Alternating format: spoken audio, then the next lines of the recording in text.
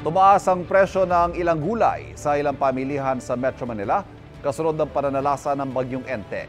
At live mula sa Maynila, may unang balita. Si Bam Alegre. Bam!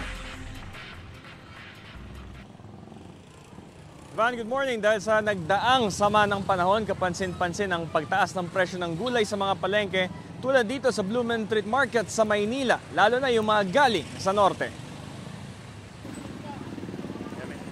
Problemado si Cherry Soto dahil plano pa naman sana niya magpakbet ngayong araw. Kaso dito sa Blumentritt Market sa Maynila, ang mga sahog medyo pa-hard to get sa kanyang budget.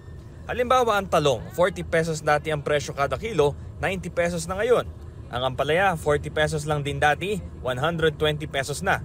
Sitaw, 80 pesos dati, 180 pesos ngayon kada kilo. Okra, 40 pesos lang noon, 160 pesos kada kilo ngayon. Nahirapan ako sa mga gulay kasi ang mahal. Hindi katulad nung dati na mura lang. Pinagkakasya ko na lang yung 600. Wala namang magawa ang mga tindera tulad ni Marie Cris Pabular.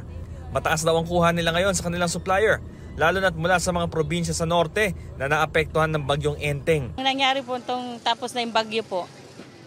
Tapos ng bagyo. Nung mura pa yung nakaraan po, nung isang linggo. Ngayon, nung tapos ng bagyo, nagmahal ng gulay.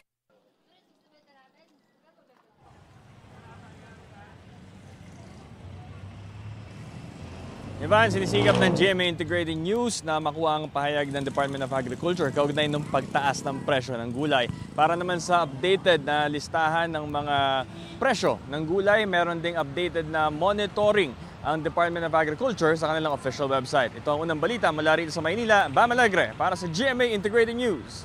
Kapuso, para laging una ka sa mga balita, bisitahin at mag-subscribe sa GMA Integrated News sa YouTube. Sa mga kapuso abroad, samahan nyo kami sa GMA Pinoy TV at sa www.gmanews.tv.